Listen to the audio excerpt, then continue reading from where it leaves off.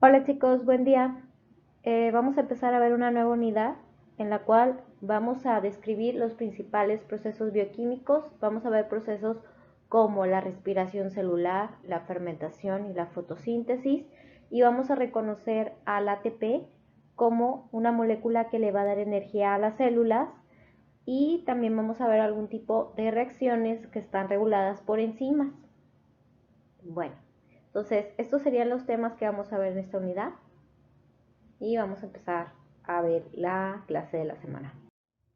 Vamos a empezar a ver primero el concepto de nutrición. La nutrición va a ser un proceso por el cual los organismos van a asimilar y van a transformar la materia para desarrollarse. De acuerdo a la nutrición, al tipo de nutrición, vamos a tener dos organismos o dos tipos de organismos, los autótrofos y los heterótrofos. Bueno, un ejemplo de organismos autótrofos son las plantas, las algas y las cianobacterias. Los ejemplos de los organismos heterótrofos son los flamingos, las ovejas, los pandas y las ardillas. Vamos a empezar a describir cuáles las características de estos tipos de nutrición. Los organismos autótrofos o autótrofos son, como dice su nombre, auto, es decir, por sí mismos, trofos quiere decir alimentación, son aquellos que van a elaborar su propio alimento.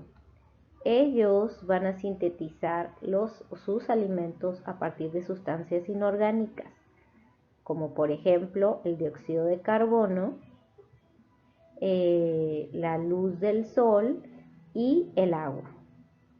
Bueno, entonces ellos van a utilizar estos elementos inorgánicos. ¿Para qué? Para producir glucosa. En el caso de las plantas, a este proceso se le llama fotosíntesis. Tenemos otros organismos como las bacterias, que ellas también son autótrofas, algunas, y van a realizar un proceso llamado quimiosíntesis. ¿Qué quiere decir esto? Que ellas van a utilizar estos tipos de moléculas inorgánicas como el amonio y el sulfuro de hidrógeno para producir su propio alimento. Tenemos otros organismos que realizan también fotosíntesis. Estos vendrían siendo las cianobacterias y también las algas. Entonces, en resumen, este tipo de alimentación o de nutrición pues realizan su propio alimento. El siguiente grupo pues son los organismos heterótrofos. Hetero quiere decir diferente. Entonces, estos organismos no pueden producir su propio alimento y necesitan consumirlo de otro organismo. ¿Para qué? Para tener energía. Y para generar su propia energía, estos van a descomponer las sustancias orgánicas de otros seres vivos. Estos heterótrofos se pueden alimentar de otros organismos heterótrofos y también de autótrofos. Vamos a tener tres tipos de alimentación.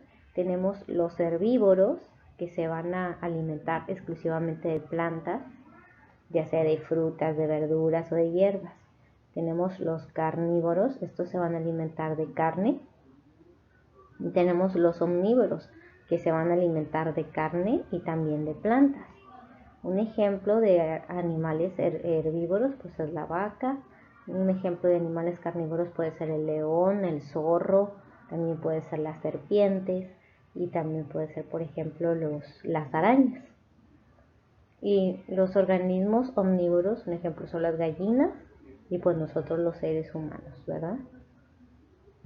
Bueno, de acuerdo al tipo de la nutrición o la forma de nutrición que tengan los organismos, vamos a tener nosotros una manera de relacionarlos y para ver cuál es el intercambio de energía y nutrientes que existe.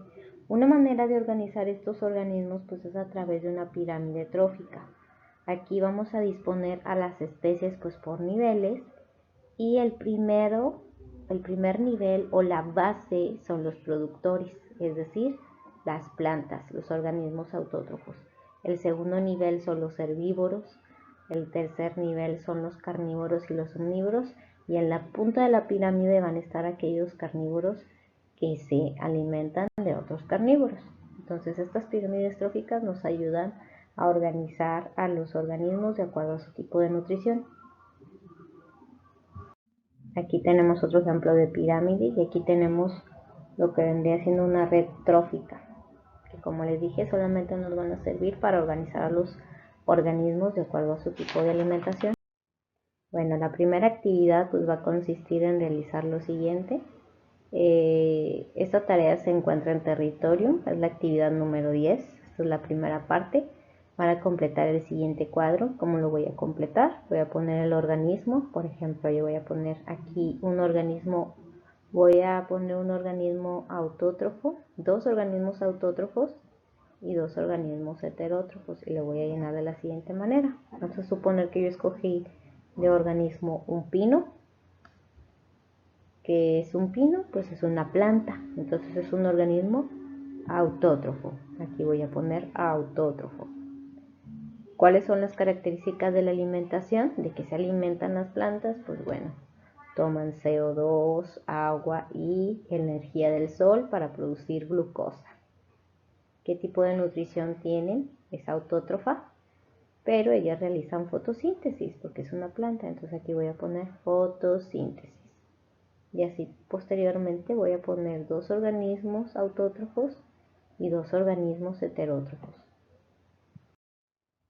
Ya que empezamos a ver cuáles son los diferentes tipos de nutrición que hay, vamos a empezar a ver cuáles son las etapas de la nutrición de los organismos heterótrofos, es decir, de aquellos que se alimentan de otros organismos. Bueno, la nutrición de los organismos heterótrofos va a tener dos etapas. La primera se va a llamar ingestión y la segunda va a ser digestión. La ingestión solamente va a consistir en el proceso por el cual los organismos van a introducir el alimento en su cuerpo. Y la digestión es el proceso con el cual los organismos van a degradar estos alimentos sólidos a moléculas más pequeñas. ¿Para qué? Para que éstas puedan ser absorbidas y utilizadas por las células. Como podemos ver aquí, va a pasar por todo este proceso, va a pasar por el esófago, por el estómago, hasta llegar al intestino delgado y aquí va a ser donde se va a absorber, que es lo que vamos a ver en la siguiente diapositiva. De acuerdo a esto vamos a tener dos tipos de digestión. La digestión puede ser química. En la digestión química, pues ¿qué va a pasar? Van a intervenir las enzimas y van a degradar los alimentos a nivel molecular. Y químico, ¿para qué? Para que este pueda ser empleado por las células. Como podemos ver en esta tabla, nosotros tenemos diferentes enzimas desde la boca hasta el estómago, en el páncreas y en el intestino delgado. Estas nos van a ayudar pues a degradar los alimentos. ¿Para qué? Para que pueda ser utilizado los nutrientes por mi célula. Vamos a empezar a ver el otro tipo de digestión que se llama mecánica. La digestión mecánica va a consistir en triturar los alimentos por la boca. Después, con la intervención de la saliva, se va a formar un bolo alimenticio, que es la masa que se forma cuando yo estoy masticando, ¿verdad? A partir de aquí, pues va a pasar, esta masa va a pasar hacia el estómago y aquí pues se van a degradar con los jugos gástricos hasta que pasan al intestino delgado. Y aquí en el intestino delgado, ¿qué es lo que va a pasar?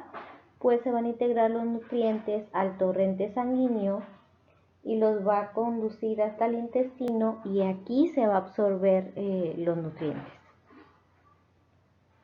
Después de esto pues van a pasar hacia la circulación y aquí los nutrientes pues se van a distribuir por todo el cuerpo a través pues de la circulación de la sangre.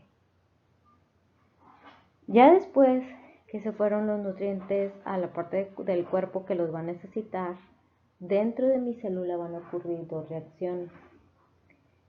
Estas reacciones que ocurren en mi cuerpo se llaman metabolismo. Existen dos tipos de reacciones anabólicas y reacciones catabólicas. En las reacciones anabólicas va a ser la construcción de moléculas complejas a través de moléculas sencillas, es decir, de algo muy grande yo lo voy a deshacer y voy a tener moléculas sencillas o pequeñas. Por ejemplo, cuando yo uno muchos aminoácidos, pues ¿qué es lo que va a pasar? Voy a tener como resultado una proteína. Esta es una reacción de anabolismo. Yo tenía un aminoácido. Aquí voy a ver si me permite rayar. Ay, es amarillo. Bueno, supone que yo tengo un aminoácido, y luego llega otro, y luego llega otro aminoácido, y así se van uniendo muchos aminoácidos hasta tener una cadena de 50. Entonces esto es lo que realiza el anabolismo. Voy a construir moléculas muy grandes como una proteína a través de moléculas sencillas como lo son los aminoácidos. Entonces es una reacción de anabolismo. Ahora, ¿qué ocurre en el catabolismo? En el catabolismo es lo contrario. ¿Qué va a pasar? Pues que yo voy a tener, por ejemplo, una molécula grande. Aquí vamos a suponer que tengo un polisacárido. ¿Y qué va a pasar?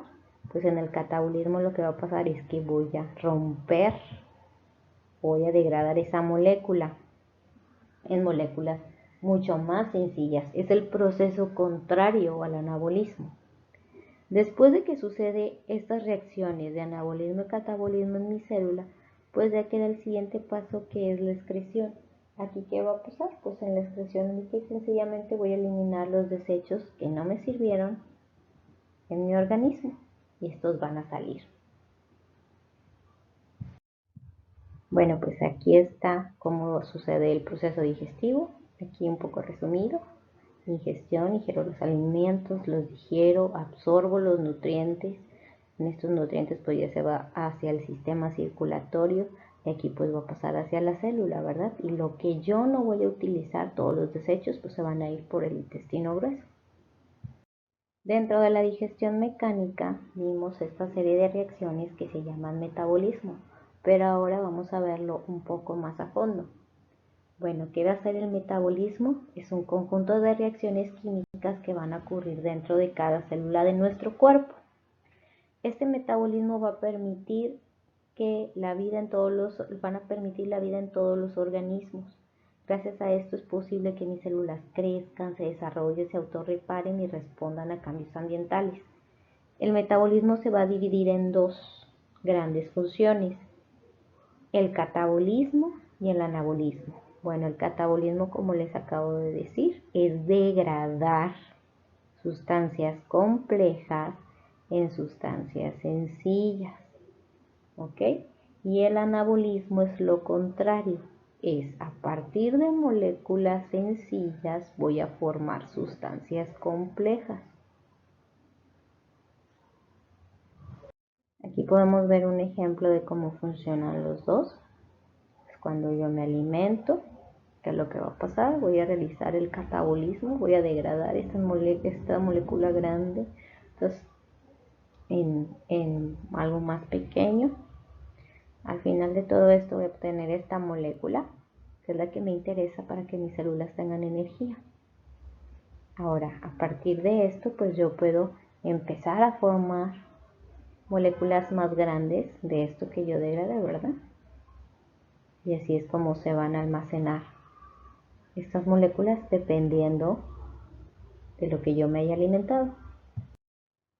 Bueno, ¿qué relación va a tener el metabolismo celular con el mantenimiento de los seres vivos? Yo ya dije que le sirve el metabolismo a las células para que crezcan, se desarrollen, se autorreparen y respondan a cambios ambientales. Y de aquí pues yo voy a obtener la energía necesaria. ¿Para qué? Para desarrollar diferentes funciones en mi célula. Esa es la función del metabolismo, obtener energía. Bueno, como les dije, para esto nos va a servir, esta es la principal función.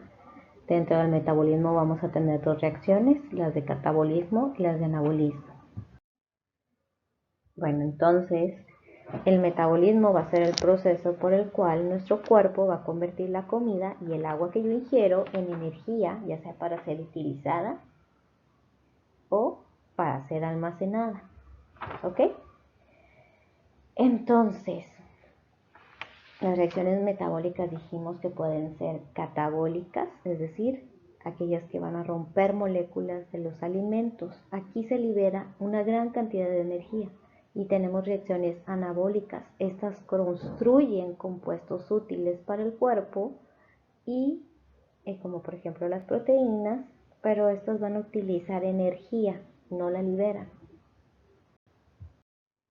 Bueno, vamos a empezar a hablar de las reacciones metabólicas llamadas catabolismo. Como dijimos, el catabolismo va a consistir en descomponer biomoléculas grandes en moléculas sencillas.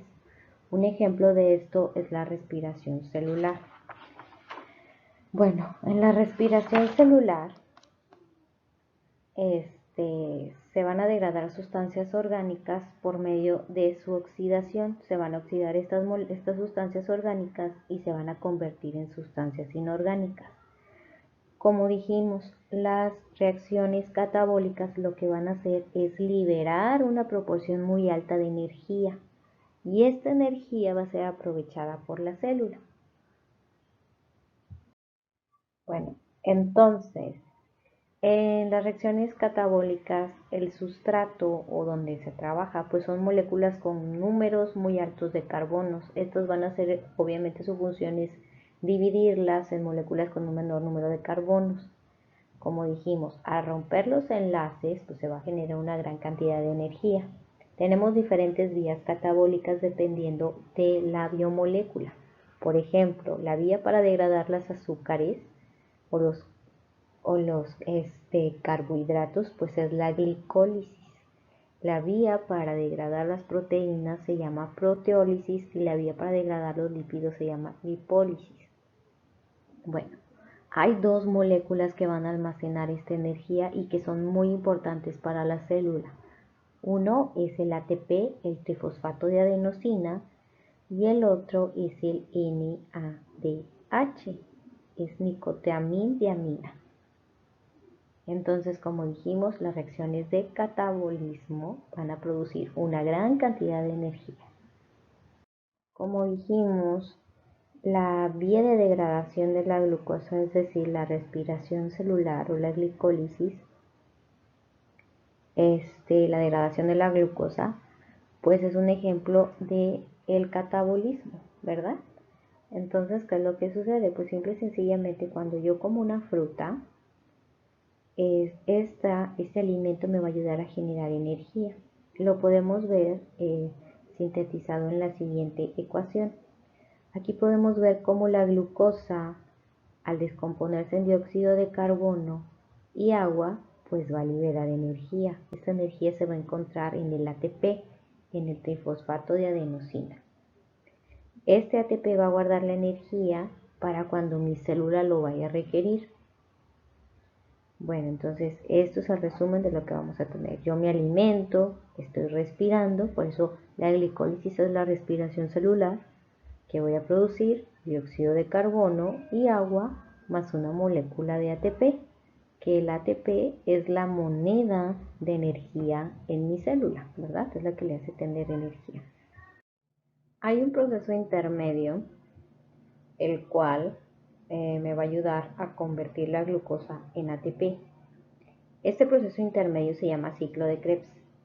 En esta parte del proceso que estamos aquí, ¿qué es lo que va a suceder?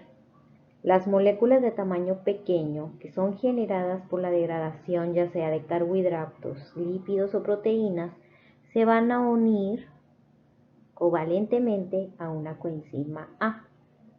Entonces, aquí, cuando yo degrado esas moléculas, el resultado pues se va a unir a una acetilcoenzima A, que esta pues también va a liberar energía.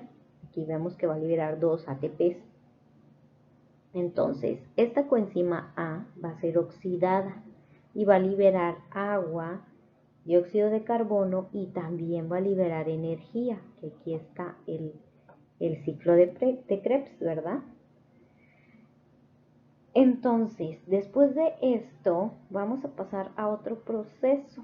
Y en este proceso se va a liberar aún más energía. Aquí se van a formar más ATPs, aquí se forman alrededor de 32.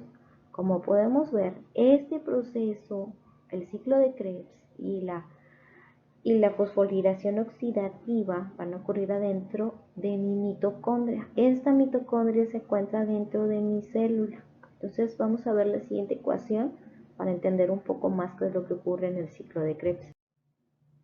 Habíamos hablado de una molécula que también iba a almacenar energía.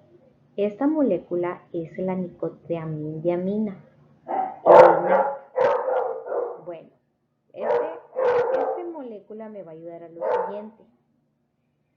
La energía que yo había formado durante el ciclo de Krebs se va a retener al reducir NAD en NADH, ¿ok? Este producto de NADH que se forma en el ciclo de Krebs va a ser utilizado para producir más ATPs a través de otro proceso que se llama fosforilación oxidativa. ¿Qué es lo que hace el NAD? ¿Cómo se reduce? Pues lo único que yo voy a hacer durante una reducción, acuérdense que tiene que ganar electrones, entonces ella va a tomar los electrones, la NAD se va a reducir y se va a formar NADH, y lo único que va a hacer es pasar los electrones, ¿para qué? Para formar ATP.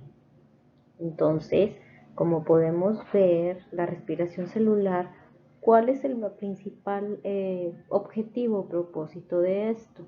Es que a partir de lo que yo como se va a degradar en moléculas más pequeñas para que yo pueda obtener energía. ¿Cómo voy a obtener energía? Voy a obtener mediante el ATP, que es el resultado final que yo voy a tener de toda mi digestión química, de mi digestión mecánica, de todo mi metabolismo durante la reacción del catabolismo. Esto es lo que a mí me sirve, lo que yo quiero. Quiero ATP para mis células. ¿Para qué? Para que puedan funcionar y puedan realizar diferentes tipos de funciones, como por ejemplo crecer, autorrepararse, reproducirse. Entonces, esta molécula es la que me va a servir para yo realizar todo esto. Y todo este proceso que acabamos de ver es para obtener esto. Bueno, ya vimos la vía de la respiración celular, que es un proceso de catabolismo. Ahora vamos a ver qué es el anabolismo. El anabolismo va a ser síntesis de moléculas más complejas a partir de otras más sencillas. Es decir, voy a formar moléculas muy grandes a partir de moléculas muy pequeñas. A este proceso se le va a conocer como biosíntesis, ¿ok? Un ejemplo de esto es la fotosíntesis. En el anabolismo, yo voy a poder sintetizar moléculas como proteínas, lípidos, polisacáridos, ADN y ARN. Entonces, primeramente, para yo poder formar estas, inicialmente voy a utilizar sustancias o moléculas más pequeñas o más sencillas como los monosacáridos. ¿Para qué? Para formar polisacáridos. Voy a necesitar aminoácidos. ¿Para qué? Para formar proteínas y nucleótidos para formar ácidos nucleicos, ¿ok? Entonces, eso es lo que va a consistir el anabolismo. Un ejemplo de esto pues es también la fijación del carbono. ¿Cómo voy a formar yo estas moléculas tan grandes a partir de moléculas más pequeñas? Pues voy a necesitar de la energía del ATP y también del NADH. ¿Para qué? Para que yo pueda formar estas moléculas bien grandotas a través de estas dos moléculas que me van a ayudar. La fijación del carbono es la fotosíntesis. Bueno, vamos a empezar a ver el proceso de la fotosíntesis. Hay que tener algo bien claro. Las vías anabólicas van a variar de acuerdo al tipo de organismo. Es decir, las plantas van a utilizar una vía distinta a los organismos heterótrofos, ya que las plantas van a ser capaces de sintetizar moléculas como las proteínas a partir de la energía del sol. Nosotros no podemos hacer esto. Nosotros necesitamos la energía del ATP. Ellos van a necesitar la energía del sol. Y nosotros pues vamos a necesitar consumir diferentes alimentos para poder realizar esto. Bueno, ¿en qué consiste el proceso de fotosíntesis? Es decir, en el proceso de fotosíntesis se va a producir glucosa y se va a fijar carbón de la atmósfera, que es inverso o es lo contrario a la respiración celular o a la glucólisis. Les digo, en vez de utilizar ATP, las plantas van a utilizar la energía del sol, ¿ok? Entonces esto es prácticamente lo que pasa. Yo voy a tener moléculas inorgánicas muy sencillas como el dióxido de carbono, el agua, las voy a unir con la energía del sol y que voy a formar una molécula orgánica muy grande de 6 carbonos, pero no es tan grande, que se llama glucosa y oxígeno. Si nos acordamos, es lo contrario de lo que hacíamos en la glucólisis. Bueno, entonces dijimos que también el anabolismo puede ser llamado biosíntesis, ¿ok? ¿Y qué es lo que va a pasar? Pues bueno, como hemos dicho, va a ser una secuencia de reacciones que la mayoría están catalizadas por enzimas, donde moléculas complejas van a ser formadas a través de moléculas simples, ¿ok? ¿Cómo voy a obtener yo estas moléculas simples? Pues a partir de nutrientes.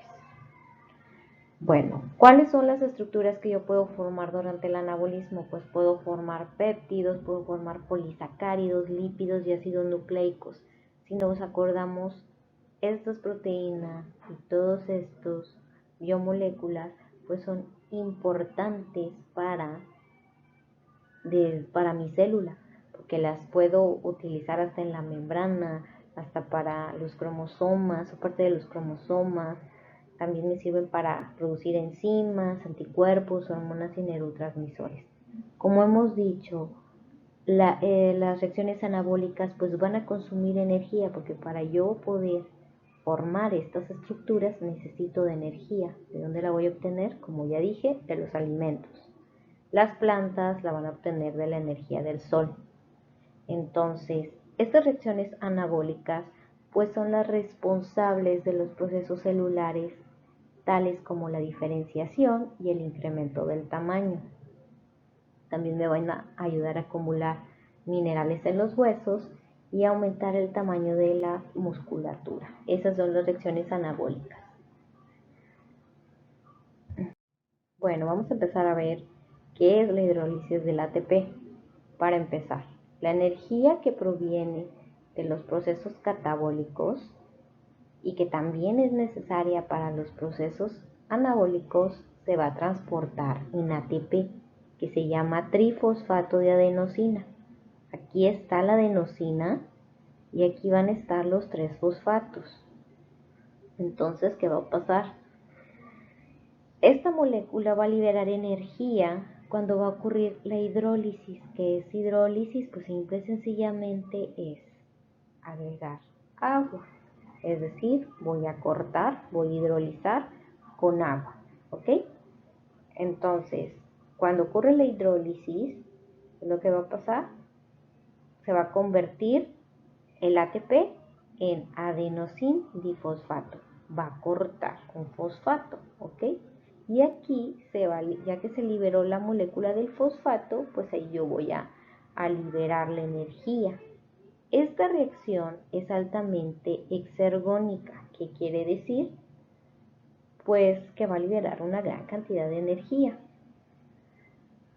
Entonces, como esta reacción es exergónica, se va a acoplar a una reacción endergónica y va a resultar en la unión de diferentes moléculas sencillas para formar moléculas complejas. Entonces, esta hidrólisis es la que me va a ayudar a que yo forme esas moléculas grandes. ¿Ok?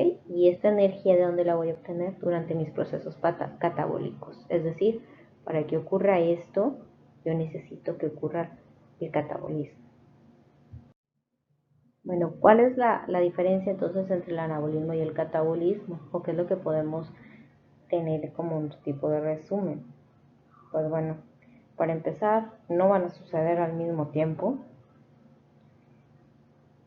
Pero para que se active una y se desactive la otra, vamos a tener hormonas. Estas hormonas nos van a ayudar a decir cuál es la vía que se tiene que activar. Por ejemplo, las hormonas anabólicas o que activan el anabolismo son las hormonas de crecimiento, la insulina, la testosterona, el estradiol y el estrógeno. Las que van a activar las reacciones catabólicas son la adrenalina, el cortisol y el glucagón. Así nosotros vamos a saber cuál es la vía que se tiene que encender, ¿verdad? Pero no nosotros. La célula tiene que ver las señales de las hormonas.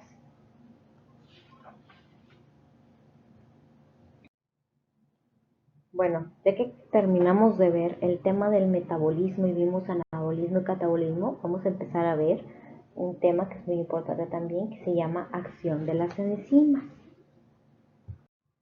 ¿Qué es una enzima? Una enzima se va a clasificar dentro de las proteínas.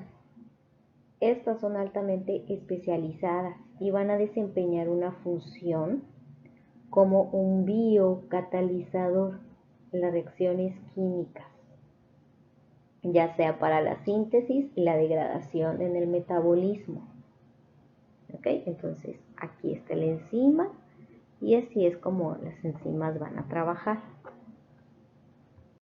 Las enzimas van a tener ciertas características y funciones. Una enzima es muy específica, es decir, tiene especificidad. ¿Qué quiere decir?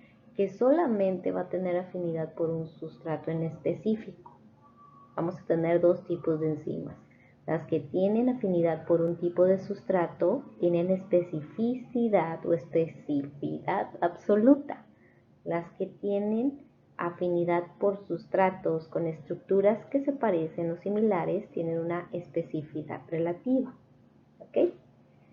Vamos a tener también que las enzimas tienen como característica una velocidad de reacción, es decir, modifican su reacción cuando se unen al sustrato.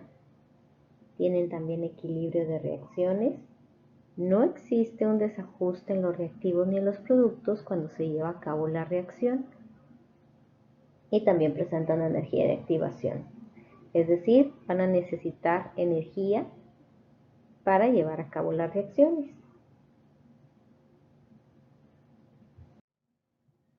Bueno, cuando se une una enzima a un sustrato se va a denominar complejo enzima-sustrato. ¿Eso qué significa? Que, por ejemplo, que cada enzima tiene que trabajar en un sustrato en específico. Aquí el sustrato va a acceder al sitio activo de la enzima, se va a formar el complejo enzima-sustrato. La enzima va a cambiar su forma cuando se une al sustrato. Lo que va a ocurrir, se va a formar un complejo enzima-producto, se va a liberar el producto y los productos van a salir del sitio. Un ejemplo es, por ejemplo, la enzima lactasa solo va a trabajar con el sustrato lactosa, la ureasa con la urea, la amilasa con el almidón. Entonces, cuando se une la enzima con el sustrato y van a ser complementarios, se le va a denominar modelo de cerradura y llave. ¿Qué quiere decir esto? Porque se van a ajustar a la forma, como dice aquí, ¿ok? Entonces por eso se le llama modelo de cerradura y llave. Es decir, una enzima que es lactasa no puede trabajar en otro sustrato. ¿Por qué? Porque no va a encajar como una llave. Bueno, vamos a terminar con el tema de respiración en condiciones aerobias y anaerobias. ¿Ok? Hay que recordar que en los procesos catabólicos íbamos a procesar moléculas orgánicas para tener moléculas más pequeñas y con esto se producía energía. Esta energía se iba a almacenar en forma de ATP. Dentro de estos procesos catabólicos íbamos a tener a la respiración celular. Si recordamos, también se le llamaba glicólisis, ¿ok? Entonces, vamos a tener dos tipos de respiración. La aerobia, que fue la que vimos, esta va a ocurrir en la mitocondria y va a ser bajo la presencia de oxígeno. Si recordamos, estaba un dibujo donde sucedía primero la degradación de la glucosa, entraba y que pasaba el ciclo de Krebs y luego la fosforilación oxidativa. Bueno, todo esto es parte de esta respiración aerobia. ¿Quiénes realizan esta respiración aerobia? las células eucariotas, principalmente las células animales y algunas bacterias. Aquí, ¿qué va a pasar? El ácido pirúvico que resultó de la degradación de la glucosa en el primer paso, pues va a generar ATP, energía en forma de ATP, agua y dióxido de carbono. En esta vía, si recordamos, se van a formar entre 34 y 38 moléculas de ATP, que en resumen, esta respiración aerobia es cuando yo como, degrado la glucosa hasta tener ATP. Esa es la respiración aerobia. Y pues obviamente necesitaba oxígeno, que es la ecuación que vimos. Respiración aerobia o glicólisis es lo mismo, ¿ok? Para que no se me confundan. Después tenemos el otro tipo de respiración, que esta es anaerobia. Esta ya no la hemos visto. Esta va a ocurrir sin la presencia de oxígeno, ¿ok? Que va a ocupar, en lugar de ocupar el oxígeno, va a ocupar un sulfato o un nitrito como sustancia oxidante. Este fenómeno es particular en organismos procariotas que no tienen un núcleo, ¿ok? También se puede llevar a cabo en nosotros, pero esto solamente lo vamos a ver en situaciones especiales, ¿ok? Entonces, vamos a empezar a ver cómo sucede este tipo de respiraciones. Bueno, aquí está. Aerobios es con oxígeno, anaerobios es sin oxígeno. Yo voy a tener aquí mi molécula de la glucosa que obtuve de mi alimento, ¿verdad? Aquí está el ácido pirúvico del que les estoy hablando. Y pues ese ácido pirúvico, ¿qué va a pasar? Simple y sencillamente, pues me va a ayudar a formar entre 34 y 38 moléculas del ATP, si es respiración aerobia, si es anaerobia no. Aquí, como podemos ver, si yo voy a oxidar esta molécula, va a pasar por el ciclo de Krebs en la mitocondria, de la fosforilación oxidativa, y voy a obtener 36 ATPs debido a que yo oxidé la molécula de la glucosa. ¿Ok? Como dijimos, en el proceso anaerobio yo no voy a oxidar con oxígeno, voy a oxidar con otro tipo de moléculas. ¿Ok? Aquí, ¿qué es lo que va a pasar? Pues yo voy a utilizar otro tipo de sustratos, como por ejemplo el nitrato, el sulfato, el azufre y el metano. Y dependiendo pues de lo que yo utilice en esta vía, pues va a ser mi resultado, ¿verdad? Que es lo que voy a tener. Por ejemplo, este proceso de respiración anaerobia se le llama fermentación. Y dependiendo, pues yo voy a obtener, por ejemplo, ácido láctico o voy a obtener etanol. Bueno, y aquí está lo mismo, aquí está la glucosa, aquí está el piruvato, y esta es una vía anaerobia, ¿por qué? Porque no se necesitó oxígeno, que es la que se llama fermentación, es con la que yo obtengo cerveza, leche, vinagre, y aquí tenemos pues la respiración aerobia, aquí sí tengo oxígeno y que voy a obtener como final pues ATP, ¿verdad? Bueno, ¿qué es la fermentación? Pues va a ser un proceso catabólico por el cual se va a generar energía también en forma de ATP. Es una vía anaerobia, ¿ok? No va a requerir oxígeno, ¿para qué? Para que yo degrade la glucosa. Ya dijimos que no tiene que utilizar oxígeno. Esto sí ocurre en los humanos, pero es más característica de la levadura y las bacterias.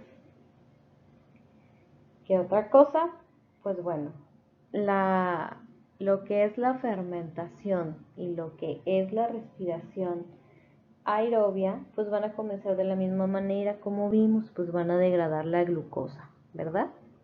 Solamente que si yo voy a tener oxígeno, ¿qué va a pasar? Pues va a pasar todo este ciclo de Krebs hasta el transporte de electrones o fosforilación oxidativa, y aquí pues voy a formar yo 36 ATPs. Si yo no tengo oxígeno, ¿qué es lo que va a pasar? Me voy a ir por esta vía. Y en esta vía pues se van a formar lo que vendría siendo la fermentación. Entonces, cuando yo tengo oxígeno es respiración celular. Cuando yo no tengo oxígeno se va a formar una fermentación. ¿Ok? Entonces, en la fermentación solamente se van a formar 2 moléculas de ATP. Cuando estamos en la respiración celular se forman hasta 36. Está acá lo que les acabo de decir. Aquí está la glucosa. Si entra en la respiración celular, aquí está, voy a degradar la glucosa, va a entrar en la glucólisis, se va a formar una molécula de piruvato, se va a oxidar con el oxígeno, va a entrar hacia la mitocondria, va a entrar hacia el ciclo de Krebs, después va a entrar a la cadena transportadora de electrones. ¿Y cuánto voy a formar yo? Pues voy a formar de 36 a 38 ATPs, voy a formar agua también y dióxido de carbono. Cuando es en la fermentación, aquí yo no tengo oxígeno, aquí también va a estar la glucólisis, el piruvato, no voy a tener oxígeno, va a ocurrir un proceso llamado fermentación. Y pues, ¿qué es lo que se va a formar? Pues dependiendo de qué es lo que yo estoy fermentando, ¿verdad? Pues va a ser el resultado. Y aquí solamente se van a formar pues 2 ATPs. ¿Ok? Bueno, van a ocurrir diferentes tipos de fermentación dependiendo de cuál compuesto orgánico va a recibir los electrones del nicotiamina. ¿Ok? Entonces, como podemos ver en el anterior, era el lactato. Así que entonces pues va a producirse una fermentación láctica. Vamos a tener diferentes tipos de fermentación. Un ejemplo es la alcohólica, la láctica, la acética y la butírica. Bueno, la segunda parte de la tarea pues iba a consistir en hacer un breve resumen o descripción acerca del metabolismo, de acuerdo a las diapositivas. Si nos fijamos, estas diapositivas tenían un iconito. La tercera parte de la tarea pues va a consistir en lo siguiente. Van a investigar acerca de un tipo de fermentación, ustedes escogen cuál, van a buscar mi información y a partir de esa información que ustedes buscaron me van a hacer un mapa conceptual bien hechicito acerca de estos tipos de fermentación y me lo van a explicar. ¿Dónde me lo van a explicar? Si ustedes van al salón me lo van a explicar en la clase y si no van a clase pues me lo van a tener que explicar en un breve video por WhatsApp. Entonces sería todo de la clase, chicos. Cerramos con este tema. Y pues bueno, dudas y comentarios, pues estoy al pendiente. La tarea se entrega hasta el día viernes, hasta las 7:30 de la noche. Sería todo, chicos. Muchas gracias. Pongan mucha atención a esta clase. Está un poco cargadita. Es mucha información para una semana, yo lo sé.